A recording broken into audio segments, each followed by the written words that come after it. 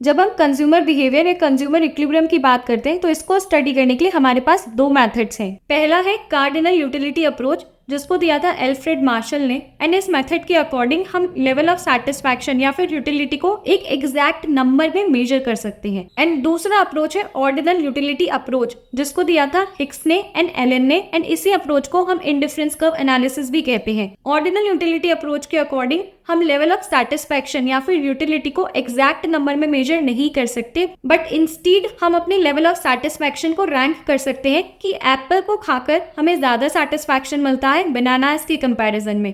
तो आज के इस वीडियो में हम इंडिफरेंस कर्व एनालिसिस को डिटेल में डिस्कस करेंगे। So let's get started.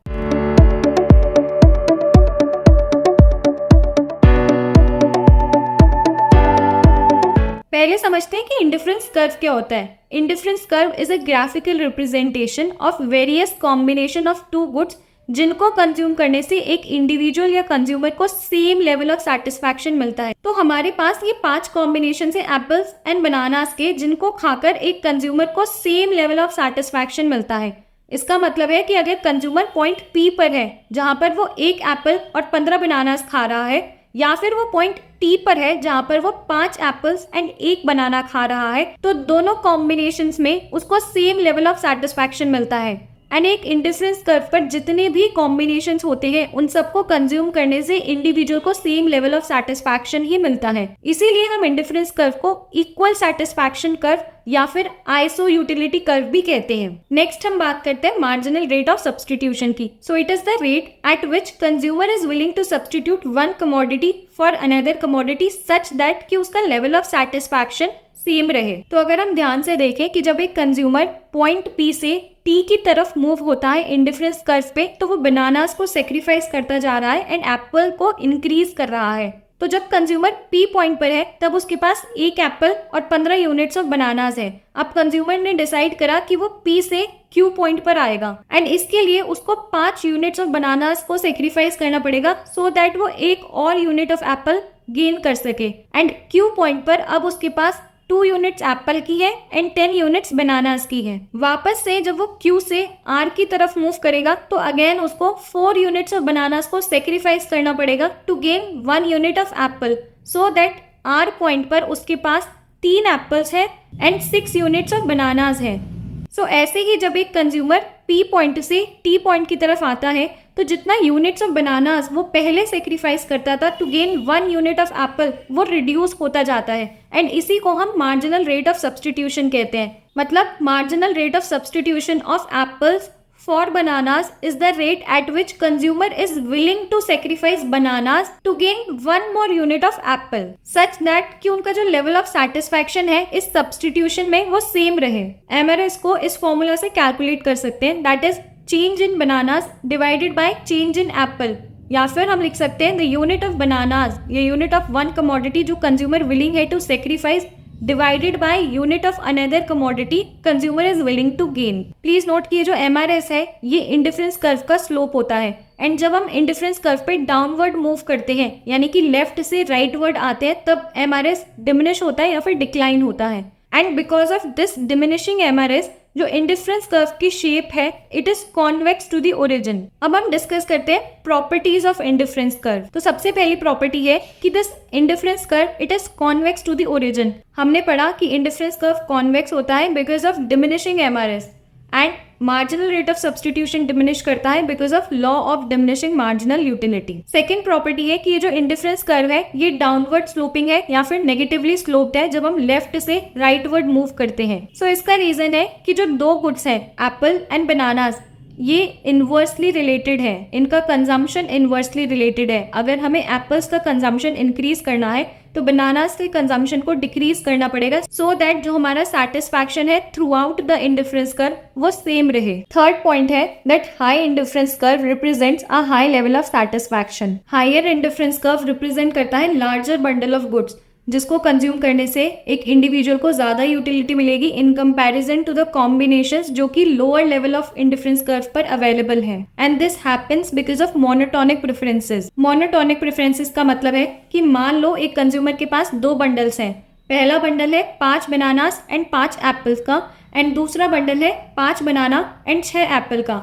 तो अगर एक कंज्यूमर रैशनल इंडिविजुअल है तो वो हमेशा सेकंड वाला बंडल चूज करेगा जहां पर उसको 5 एप्पल एंड 6 बनानास मिले हैं, क्योंकि इस केस में एटलीस्ट वो बनानास को तो पहले से ज्यादा कंज्यूम कर रहा है एंड एप्पल्स की भी क्वांटिटीज डिक्रीज नहीं हुई है। फोर्थ प्रॉपर्टी है कि जो दो इंडिफरेंस कर्व है they can never intersect each other. हमें पता है जब हमने इंडिफरेंस मैप पढ़ा कि दो इंडिफरेंस कर्व दो डिफरेंट लेवल ऑफ सेटिस्फैक्शन को रिप्रेजेंट करते हैं। तो मान लो हमारे पास ये दो इंडिफरेंस कर्व है IC1 एंड IC2 एंड ये ए पॉइंट पर इंटरसेक्ट कर गए। इसका मतलब कि ए पॉइंट पर ये दोनों curve same level of satisfaction दे रहे हैं। बट अगर हम बी पॉइंट की बात करें जो IC1 पे लाई करता है तो ये IC2 के सी वाले पॉइंट से नीचे है। इसका मतलब बी पॉइंट कम सेटिस्फैक्शन दे रहा है सी पॉइंट की कंपैरिजन में। एंड क्योंकि एक इंडिफरेंस कर्व पर जितने भी पॉइंट्स होते हैं वो सेम लेवल ऑफ सेटिस्फैक्शन दे रहे हैं, इसका मतलब हुआ कि ए बी के जितना ही सेटिस्फैक्शन दे रहा है एंड ए सी के जितना भी सेटिस्फैक्शन दे रहा है, बट बी और C different level of satisfaction देते हैं। तो it is a contradiction, right? So ऐसा पॉसिबल नहीं है, इसीलिए इंडिफरेंस कर्व कभी भी इंटरसेक्ट नहीं करते। नेक्स्ट प्रॉपर्टी है that indifference curve never touch x axis और वाई एक्सिस। तो मान लो अगर इंडिफरेंस कर्व ने एक्स एक्सिस को टच कर दिया, इसका मतलब हुआ कि कमोडिटी वाई का कंजम्पशन 0 है। एंड अगर इंडिफरेंस कर्व ने वाई एक्सिस को टच कर दिया तो कमोडिटी एक्स का कंजम्पशन 0 है। बट हमारा अजम्पशन है कि एक इंडिविजुअल दो कमोडिटीज को कंज्यूम कर रहा है। सो इसीलिए indifference curve X axis and Y axis को टच नहीं कर सकता, क्योंकि हमें दो कमोडिटीज के कंजम्पशन वाले अजम्पशन को बनाए रखना है। इंडिफरेंस कर्व समझ लिया, चलो अब समझते हैं कि बजट लाइन क्या होता है। सो बजट लाइन एक ग्राफिकल रिप्रेजेंटेशन है of possible combinations of two goods जिनको एक कंज्यूमर खरीद सकता है with the given income and prices of the commodities. ये है हमारा बजट लाइन का इक्वेशन, जहां पर M is the income of the individual, QA is the quantity of Apple जो उसने कंज्यूम करा है, QB is the quantity of bananas जो कंज्यूम करा है, and PA and PB represent करते हैं price of apples and bananas को रिस्पेक्टिवली। सो मान लेते हैं कि कंज्यूमर की इनकम 20 रुपए है एंड एप्पल का प्राइस है 4 रुपए एंड बनानास का प्राइस है 2 रुपए। सो इन सारे कॉम्बिनेशंस में EFGHIJ में हम देख सकते हैं कि कंज्यूमर डिफरेंट कॉम्बिनेशंस में एप्पल एंड बनानास कंज्यूम कर रहा है सच दैट कि उसके जो पूरे 20 रुपए की इनकम है वो एग्जॉस्ट हो जाती है। एंड जब हम इन सारे पॉइंट्स को फ्रॉम E टू J एक ग्राफ पर प्लॉट करते हैं एंड उसको एक स्ट्रेट लाइन से कंबाइन कर देते हैं, तब हमें मिलता है बजट लाइन। सो जितने भी पॉइंट्स बजट लाइन के अंदर लाई करते हैं उनको हम कहते हैं अटेनेबल कॉम्बिनेशंस एंड ये रिप्रेजेंट करते हैं बजट सेट को, यानी कि कॉम्बिनेशन ऑफ टू गुड्स जो एक इंडिविजुअल अपनी इनकम एंड गिवन प्राइस से अफोर्ड कर सकता है खरीदना। एंड अगर कोई पॉइंट बजट लाइन के बाहर लाई करता है तो उसे हम अनअटेनेबल कॉम्बिनेशन कहते हैं, बिकॉज कंज्यूमर का बजट उसको अलाउ नहीं करता उन कॉम्बिनेशंस को खरीदने के लिए। Now slope of this budget line is PA divided by PB। याद रखने के लिए ऐसे याद रखो कि अगर price of the commodity on X axis को हम price of the commodity on Y axis से डिवाइड कर देते हैं तब हमें मिलता है प्राइस रेशो, जिसको हम बजट लाइन का स्लोप कहते हैं, जो हमारे केस में है PA डिवाइडेड बाय PB। अब क्योंकि जो बजट लाइन है वो हमारी income and price of commodities पे डिपेंड करती है, तो ये दोनों फैक्टर्स की वजह से हमारी बजट लाइन शिफ्ट करती है। सो अगर एक कंज्यूमर की इनकम चेंज होती है, मान लो उसकी इनकम इंक्रीज हो गई, तो बजट लाइन आउटवर्ड या फिर राइटवर्ड शिफ्ट हो जाएगी। बट इन केस उसकी इनकम डिक्रीज हो जाती है तो उस केस में बजट लाइन इनवर्ड यानी कि लेफ्टवर्ड शिफ्ट हो जाएगी। एंड सिमिलरली जब प्राइस ऑफ कमोडिटीज चेंज होते हैं तब भी हमारी बजट लाइन शिफ्ट होती है। सो मान लो एप्पल्स एंड बनानास दोनों का प्राइस ही सेम प्रोपोर्शन में चेंज होता है, मान लो डिक्रीज हो गया, तो उस केस में हमारी बजट लाइन राइटवर्ड शिफ्ट हो जाएगी। एंड एप्पल्स एंड बनानास का प्राइस सेम प्रोपोर्शन में इंक्रीज हो गया, उस केस में बजट लाइन लेफ्टवर्ड शिफ्ट होगी या फिर डाउनवर्ड शिफ्ट होगी। बट मान लो कि सिर्फ एप्पल का प्राइस चेंज होता है एंड बनानास का प्राइस कांस्टेंट है, तो हमारे पास दो केसेस है कि अगर एप्पल का प्राइस बढ़ गया तब हमारी जो बजट लाइन है वो लेफ्टवर्ड रोटेट हो जाएगी, एंड अगर एप्पल का प्राइस फॉल हो गया उस केस में बजट लाइन राइटवर्ड रोटेट हो जाती है। एंड इन केस हमारे बनानास का प्राइस चेंज होता है बट एप्पल्स का प्राइस कांस्टेंट रहता है, तो मान लो अगर बनानास का प्राइस इंक्रीज हो गया तब हमारी बजट लाइन लेफ्टवर्ड शिफ्ट होगी, एंड अगर बनानास का प्राइस डिक्रीज हो जाता है उस केस में बजट लाइन राइटवर्ड शिफ्ट होगी। इंडिफरेंस कर्व एनालिसिस के अकॉर्डिंग इन दो कंडीशंस के फुलफिल होने पर एक कंज्यूमर इक्विलिब्रियम में होता है। पहली कंडीशन है कि जो बजट लाइन का स्लोप है वो इंडिफरेंस कर्व के स्लोप के इक्वल हो, यानी कि price ratio Px/Py is equal to the marginal rate of substitution.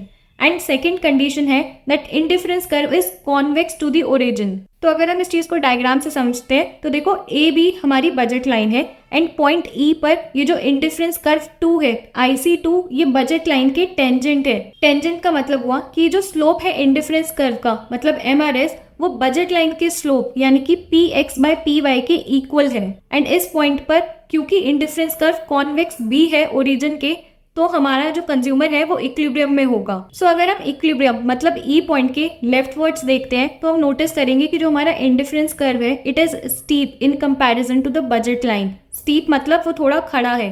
तो जो इंडिफरेंस कर्व का स्लोप है MRS वो ई पॉइंट के लेफ्ट वर्ड्स में ज्यादा होगा in comparison to budget line का slope that is price ratio. This means that to obtain one more unit of good X consumer is willing to sacrifice more and more units of good Y than what is required in the market. इसकी वजह से consumer जो है वो X का consumption increase करेगा and because of law of diminishing marginal utility X की consumption increase होने से जो मार्जिनल रेट ऑफ सब्सटीट्यूशन है वो फॉल करता जाएगा अंटिल जो कंज्यूमर है वो ई पॉइंट पर रीच कर जाएगा जहां पर उसका marginal rate of substitution price ratio के इक्वल हो जाएगा। एंड अगर हम ई पॉइंट के राइट वर्ड्स देखते हैं तो हम नोटिस करेंगे कि इस केस में जो बजट लाइन है वो इंडिफरेंस कर्व के कंपैरिजन में स्टीप है, खड़ी है। तो यहाँ पर बजट लाइन का स्लोप यानी कि प्राइस रेशो ज्यादा होगा in comparison to indifference curve के स्लोप के जो कि मार्जिनल रेट ऑफ सब्सटीट्यूशन है। सो इस केस में to gain one more unit of commodity X जो कंज्यूमर है he is willing to sacrifice less